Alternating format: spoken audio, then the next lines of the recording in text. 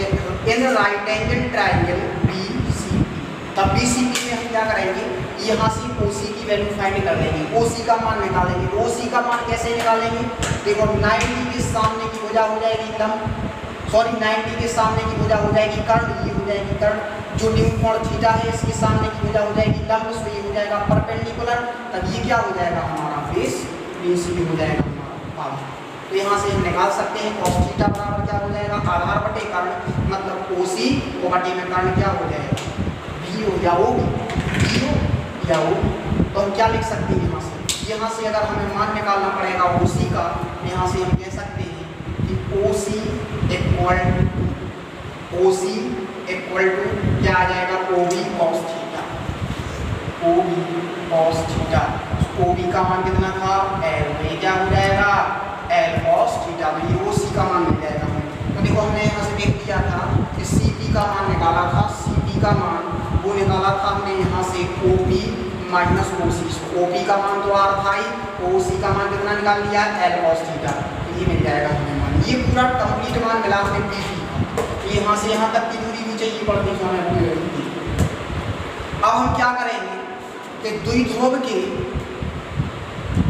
के दोनों बिंदु आवेश प्लस Q एवं माइनस Q के कारण बिंदु P पर वैद्युत विभव निकालेंगे। तो द्विध्रुव के आवेश प्लस Q के कारण बिंदु P पर वैद्युत विभव, तो मान ले रहे हैं कि वो वैद्युत विभव है वो V1 है, तो 1/4 पाई एप्सिलॉन 0 प्लस Q के कारण, सो Q/R। R का मान कितना था, यहाँ से यहाँ तक का मान PP का, जितना किसका निकाला CP का, उतना ही मान किसका होगा PP का, तो कितना निकाला इधर से R minus L cos theta, तो क्या आ गया 1/4 pi epsilon 0 Q/R minus L cos theta. यही आएगा मान के नहीं आएगा। यहाँ से माइनस Q बिंदु आवेश के कारण हम क्या करेंगे, माइनस Q बिंदु आवेश के कारण बिंदु P पर वैद्युत विभव, सो क्या हो जाएगा V2 बराबर 1/4 पाई एप्सिलॉन 0, और इधर से क्या हो जाएगा माइनस Q अपॉन R। सो R का मान क्या लगा देंगे इसके लिए, हम देखो ये लगाना पड़ेगा, ये P का मान कितना निकाला R plus L cos theta. So देखो इधर क्या आ जाएगा R plus L cos theta. लगा सकते हैं हम कि नहीं लगा सकते, देखो V2 बराबर 1/4 पाई एप्सिलॉन 0, बिंदु आवेश ऋणात्मक, so minus Q upon AP।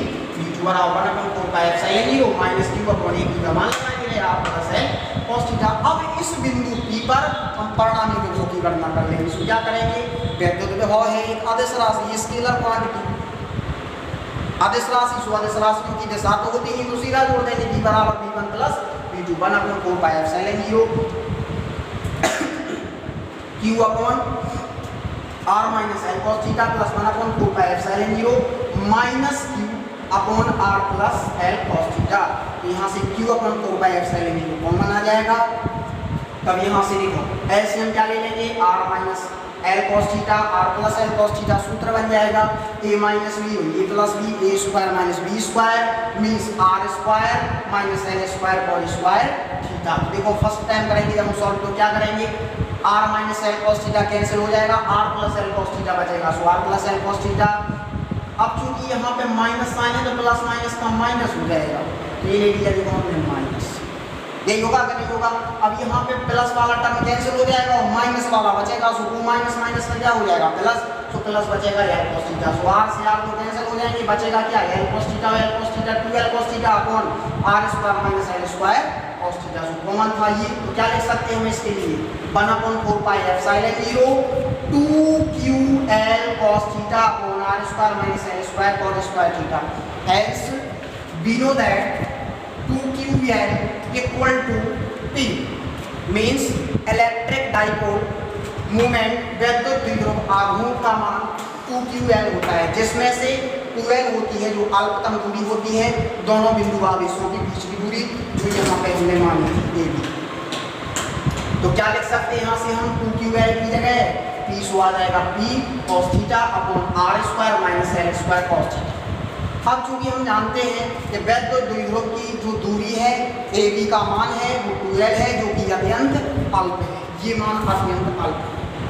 जब ये मान अत्यंत अल्प होंगे तो इससे कुछ दूरी अर्थात R दूरी पर थीटा थीटा कोण बनाता हुआ अन्य कोई बिंदु P था जहां पर हमें वैद्युत विभव की गणना करनी थी। तो हम कह सकते हैं यहाँ से कि जो L square cos square theta होगा, मतलब जो L का मान होगा वो R के मान की तुलना में अत्यंत अल्प होगा, नगण्य होगा। तो हम क्या कह सकते हैं कि L square cos square theta is very less than R square. तो यहाँ से हम क्या कह सकते हैं कि जब R स्क्वायर की तुलना में इस पूरी राशि का मान अत्यंत अल्प अर्थात कम होगा तो क्या कह सकते हैं हम कि इसके लिए इसकी तुलना में छोड़ने पर, तो इसके लिए हम छोड़ देंगे, तब बिंदु P पर परिणामी विभव 1/4 pi epsilon 0 P cos theta upon R square रहेगा। अतः यही वैद्युत द्विध्रुव के कारण अन्य किसी बिंदु पर वैद्युत विभव का सूत्र है, जो कि टॉप मोस्ट इंपोर्टेंट डेरिवेशन है, ये पेपर में पूछ लिया जाता है। और वैसे परीक्षा की दृष्टि से एग्जाम पॉइंट ऑफ व्यू से अगर देखा जाए तो इम्पोर्टेंट डेरिवेशन है। तो आप लोगों के लिए मैं आशा रखता हूँ कि अच्छे से समझ में आ गया होगा। अब इसी की कुछ विशेष परिस्थितियाँ अर्थात स्पेशल केसेस हैं, तो हम उन स्पेशल केसेस पे नजर डालेंगे। जैसे कि आप यहाँ से पढ़ चुके थे अक्षीय स्थिति एवं निरक्षीय स्थिति, तो इसके लिए हम थोड़ा समझे ले रहे हैं, वो देना भी है थोड़ा स्टेज है। तो इसके माध्यम से देखिए अक्षीय स्थिति। अक्षीय स्थिति में हमने यहाँ से देखा था कि जो एक वैद्युत द्विध्रुव है इसके किसी भी बिंदु पर हमने वैद्युत विभव की गणना की। अगर अक्षीय स्थिति होती तो यही बिंदु P यहाँ ना होकर के कहाँ होता, इस वैद्युत द्विध्रुव AB की अक्ष पर होता। और इस AB की अक्ष कहाँ होगी, यहाँ से लेकर के यहाँ, और जब यहाँ कहीं अक्ष होगी तो बनने वाला एंगल जो थीटा कोण होगा वो क्या होगा, 0 होगा। क्योंकि देखो अभी यहाँ तो अभी कितना कोण बना रहा द्विध्रुव के साथ, थीटा, यहाँ आ गया है द्विध्रुव के साथ कोण क्या हो गया इसका, 0। तो देखो क्या लगाया, 0 ही लगाया कि नहीं लगाया, तो क्या लिख देंगे हम, V बराबर 1/4 pi epsilon 0 P cos 0 upon R square. cos 0 का मान 1, cos 0 का मान 1 लगा तो क्या आ जाएगा, V बराबर 1/4 pi epsilon 0 P upon R square. हम कह सकते हैं कि आप इससे पहले निकाल ही चुके हो कि वैद्युत द्विध्रुव के कारण अक्षीय स्थिति में जो वैद्युत विभव होता है वो 1/4 pi epsilon 0 P upon R square. इसी के बाद दूसरा केस आप लोगों ने हाल ही में पढ़ा रिसेंटली, निरक्षीय स्थिति पर वैद्युत विभव। अब निरक्षीय स्थिति में कोण कहाँ जाएगा, ये देखो जरा ध्यान से,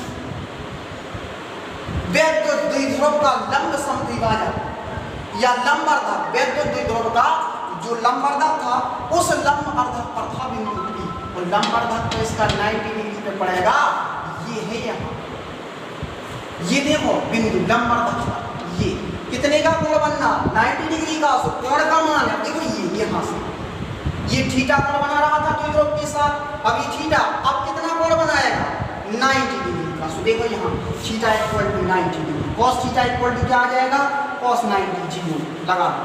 put these values of this equation, V equal to 1/4 pi epsilon 0 P cos 90 upon R square. So cos 90 का मान 0, सो लगाएंगे हम cos 90 का मान 0, सो P 0 upon R square, total value हो जाएगी 0। तो क्या कहते थे कि वैद्युत द्विध्रुव के कारण निरक्षीय स्थिति पर जो वैद्युत विभव होता है वो क्या होता है, 0 होता है। अच्छा चूंकि यहाँ पे देख लो थोड़ा पॉइंट दे रह गया था कुछ थोड़ा सा, कि जो यहाँ पे हमने डायरेक्शन बनाई वैद्युत द्विध्रुव की, जो यहाँ पे स्मॉल p लिखा हुआ है लेटर, स्मॉल p है और उस पे एक वेक्टर का साइन लगा हुआ है, इसका मतलब वैद्युत द्विध्रुव तो एक सदिश राशि है। तो वैद्युत द्विध्रुव की जो हमेशा डायरेक्शन होती है, दिशा होती है, वो -q बिंदु आवेश से लेकर के +q बिंदु आवेश की होती है, फिर उसी डायरेक्शन का चिन्ह बना हुआ है सदिश राशि होने के कारण। उसी के आगे हम नेक्स्ट टॉपिक पर चर्चा करेंगे, डिस्कशन करेंगे विद्युत आवेशों के समूह के कारण वैद्युत विभव। अब अगर अभी तक हमने देखा कि दो बिंदु आवेश आ रहे थे, उन दोनों बिंदु आवेशों के कारण हमने किसी बिंदुओं पर वैद्युत विभव निकाला था या किन्हीं बिंदुओं पर वैद्युत विभव निकाला था। अब एक आवेश ना होकर के, दो ना होकर के, तीन हो, चार हो, पांच हो, मतलब क्या हो गया, बिंदु आवेशों का समूह।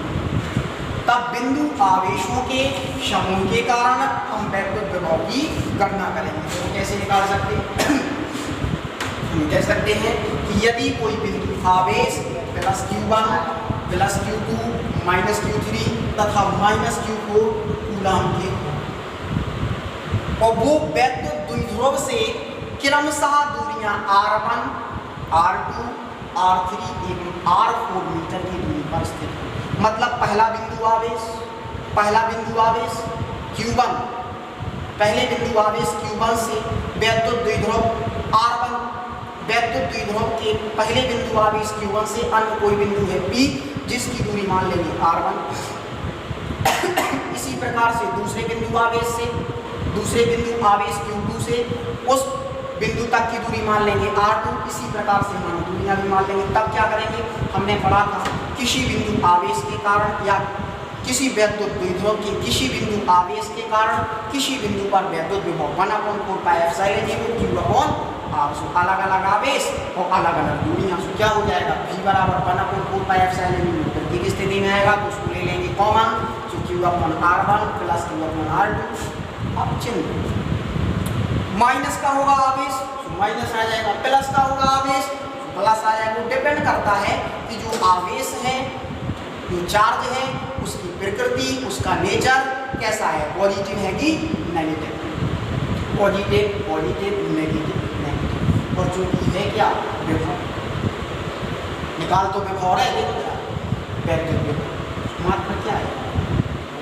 तो इस प्रकार से हम कह सकते हैं 1/4πε0 का मान निकाल दिया। लेसन नंबर 1 में 9 × 10 की घात 9 न्यूटन टू मीटर स्क्वायर पर जूल इस पर हो जाएगी इसकी यूनिट नंबर, इसका मात्रा। Very most important exam point of view topic है, परीक्षा की दृष्टि से अगर देखा जाए तो वेरी इंपॉर्टेंट टॉपिक है विभव प्रवणता, पोटेंशियल ग्रेडियंट। जैसे कि आपको हमने कक्षा 11 में बताया था, चर्चा की थी, डिस्कशन किया था। उसी टाइम पे मैंने कहा था कि अभी टॉपिक वेग का चल रहा है तो यहाँ पे हम वेग प्रवणता पढ़ेंगे। उसके बाद मैंने आपको हीट पढ़ाई, तो हीट के दौरान आपने देखा जब हीट पढ़ रहे थे तो वहाँ पे हमने ताप प्रवणता पढ़ाई। उसी के आगे हमने कहा था एक लेसन नंबर 3 आएगा इलेक्ट्रिसिटी का 12th क्लास में, तो वो लेसन यहाँ पे आ चुका है। तो हमने बताया था वहाँ पे आपको हम विभव प्रवणता भी पढ़ाएंगे। तो वही टॉपिक है विभव प्रवणता, पोटेंशियल ग्रेडियंट। कभी कभी 1-2 नंबर में पूछ लिया जाता है, इसकी डेफिनेशन, इसकी दिमाग और इसका मतलब कैसे निकालेंगे, आप परिभाषा कैसे देंगे, डिफाइन कैसे करेंगे। तो डिफाइन करना बहुत ही आसान है। उसी टाइम पे हमने बताया था कि डिफाइन करने के लिए केवल सूत्र याद। तो विभव प्रवणता का सूत्र होता है विभव प्रवणता बराबर potential gradient equal to change in potential with distance upon distance या दूरी। तो हम क्या कह सकते हैं, विभव प्रवणता बराबर विभव परिवर्तन बटी दूरी। तो सीधा सीधा हम सूत्र के अनुसार इसको डिफाइन कर सकते, परिभाषित कर सकते हैं कि दूरी के साथ विभव परिवर्तन की दर को विभव प्रवणता।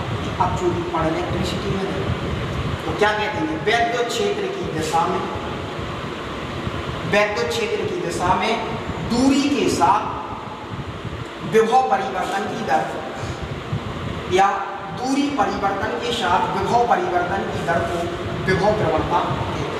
अब चूंकि हमने सूत्र पढ़ा विभव प्रवणता बराबर minus delta V upon delta x। Delta चिन्ह है, ये प्रदर्शित करता है कि दूरी में होने वाला परिवर्तन और विभव में होने वाला परिवर्तन। हमने क्या किया, वैद्युत क्षेत्र की दिशा में दूरी परिवर्तन के साथ डेल्टा x दूरी के साथ दूरी परिवर्तन के साथ विभव में होने वाले परिवर्तन की दर को हम क्या कहते हैं, विभव प्रवणता कहते हैं।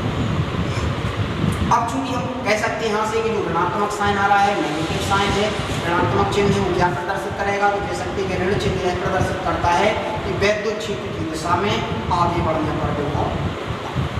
ऋण चिन्ह लगा हुआ है तो ऋण चिन्ह प्रदर्शित कर रहा है कि जैसे जैसे आप वैद्युत क्षेत्र की दिशा में आगे की ओर जाएंगे तो लगातार वैद्युत विभव रहेगा। इसका अगर मात्रक देखेंगे तो विभव प्रवणता का जो मात्रक होगा वो ऐसे निकाला जा सकता है। ऊपर दिया गया वोल्ट विभव, जो विभव का मात्रक हो जाएगा वोल्ट, नीचे दूरी, सो दूरी का मात्रक हो जाएगा मीटर, इसकी यूनिट हो जाएगी वो हो जाएगी वोल्ट पर मीटर, मतलब मात्रक हो जाएगा वोल्ट पर।